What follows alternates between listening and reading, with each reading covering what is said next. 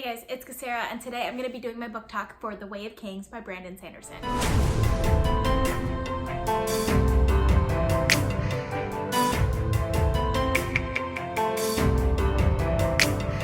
So I decided to do this as a book talk rather than as a review because, one, I don't feel like there's really a way to review this book in which to help someone decide whether they like this book or not. I feel like you can look at this book and see whether you're going to read it or not. Either you like Brandon Sanderson and massive high fantasy novels, or you don't. Luckily, I'm in the former category, so of course I was gonna read this book eventually, and I loved it. It was so good. I really enjoyed it. So this video is more for the people who have read this book and want to discuss it. I'm gonna try and keep it mostly spoiler-free, but like, such a massive book, it's gonna be hard to stay spoiler-free completely, and I'll probably talk at least a little bit about spoilers. So in these types of videos, I usually talk about 4 things: characters, plot, world building, and writing style. So first, of course, I want to talk about characters. I'm going to spend probably the longest time on characters and their individual arcs.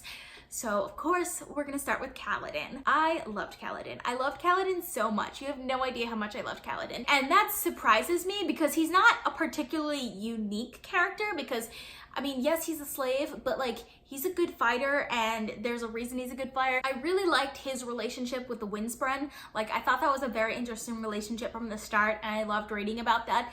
And I really loved his story arc in here because it starts out like he doesn't have a whole lot of confidence in himself, and like it grows and he gains confidence and the people around him gain confidence in him. And I just felt like it worked really well. Like, I loved that arc, and I loved his backstory and how we got it in like little bits and pieces throughout the novel.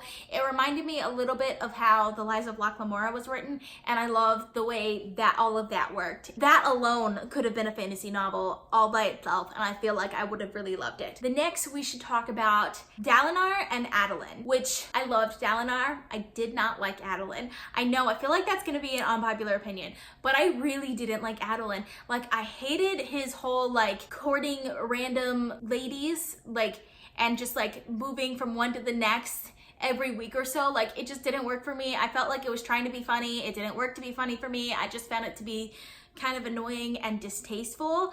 So like, I really didn't end up liking Adolin at all, which makes me a little sad because like, I feel like Adolin is gonna play a really big role in the overall story, and maybe I'll like him in the next book. You never know.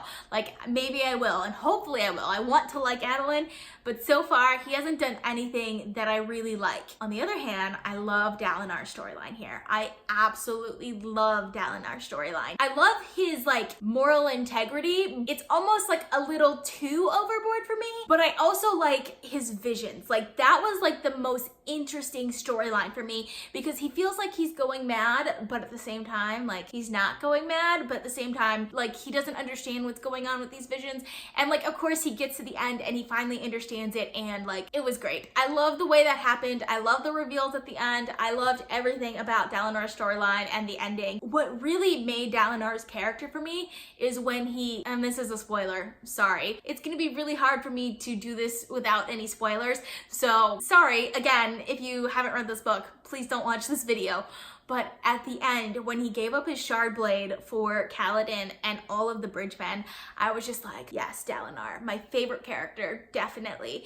And I'm excited to see where he ends up in the next book because he has a very interesting political situation that he's going into at the end of this book, and I'm really, really excited for the next book and how that turns out. You can't talk about Dalinar without talking about Satya. I really loved Satya also. Like, he's one of those characters like I should hate, and I do hate him, but I kind of like love to hate him, if you know what I mean. Like, I expected Satya to betray Dalinar the whole time. Like, I expected it. I thought Dalinar was being stupid, but at the same time, it's like when you watch a car crash, like, you see it happening, but at the same time, you can't look away from it. Oh my gosh. I love the way that it was done. Like, I knew that it was gonna happen. I knew it was gonna happen, but I love the way that it was done.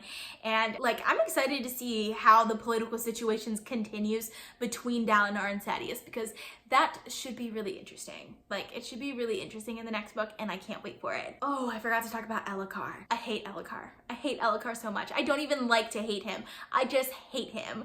Like, so much. What is up with the younger guys in this book? Because I just don't like any of them. But just his situation with what happened with Caledon and like the whole thing where he's kind of paranoid that someone's gonna kill him and kind of like setting up Dalinar and things like that. I don't like anything about Elhokar. And he's not like a ruthless, a horrible person or anything like that. He's just kind of pathetic in my opinion, and I don't know, I don't like him. I don't like him as a person, and I kind of also don't like him as a character. Like, I kind of want him to be a little vicious, you know what I mean? Which I guess he kind of is, but not really. I don't know. I just didn't like Elhokar at all. I think last but not least, I want to talk about Shallan and Yasna, because I loved Shallan. I absolutely loved her. And I felt like her storyline felt so separate from some of the other plot lines that were happening in here. But I liked her relationship with Yasna. I liked how their arc ended. And I liked how desperate she was at the beginning of this series, because it reminded me of Vin from the Mistborn trilogy. She was just similar, like not exactly, because she wasn't as like PTSD traumatized, but I still really liked her character, and her character like at the beginning and her setup for the story and her arc. I really loved that about this story. The last but not least, I want to talk about Seth. While all the other plot lines were very interesting and had very complex and interesting arcs, I feel like Seth's arc was like almost non-existent, but his like sections were my favorite to read in the entire story. And I think that's because it just like was reminiscent of the first Mistborn trilogy. It felt like reading that again. It just had the same atmosphere to it, and I really loved reading from his point of view. So like, he's one of those characters that I really want him to be more prominent in the later books, because I feel like I would just love them so much more if he's like one of the more prominent characters. I feel like I talked about plot and character like together. So the next thing we have to talk about is world building. And this is an interesting world. I really, really enjoyed it. I loved the Parshmen and the Parshendi, and I liked how they're like different than our main characters. I also liked how like at the end you can kind of see where like while everyone views them in one particular way, everyone's view of them is kind of skewed. Like, they're not what people think they are. And I love that aspect of it. I also really like the physical world, and specifically the Spren. Like, I don't fully understand how the Spren work, but I'm excited to see like more of that. And I also like kind of like how the grass moves and stuff like that, and everything works around the storms, and it just like, it worked for me, and I enjoyed being in this world. Like, I really enjoyed being in this world. Last but not least, we're going to talk about writing style. And of course, I love Brandon Sanderson's writing style. I love that his books are so easy to read. Like, it's a 1,200 page book. Like, this mass market paperback is over 1,200 pages, and I got through it no problem, just because he has such an easy writing style. One tiny, itsy little pet peeve of mine though is the politics in here.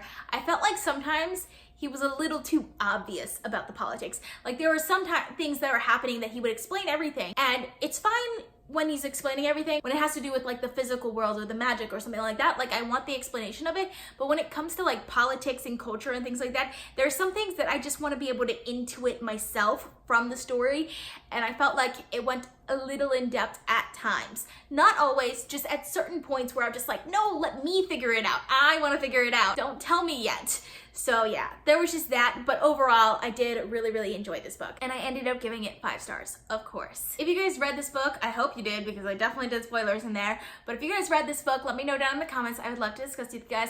I hope you guys enjoyed watching. I post videos frequently on this channel, so consider subscribing. If you like this video, please give it a big thumbs up to support my channel. All social media links are in the description down below. Thank you guys so much for watching, and I'll see you guys next time.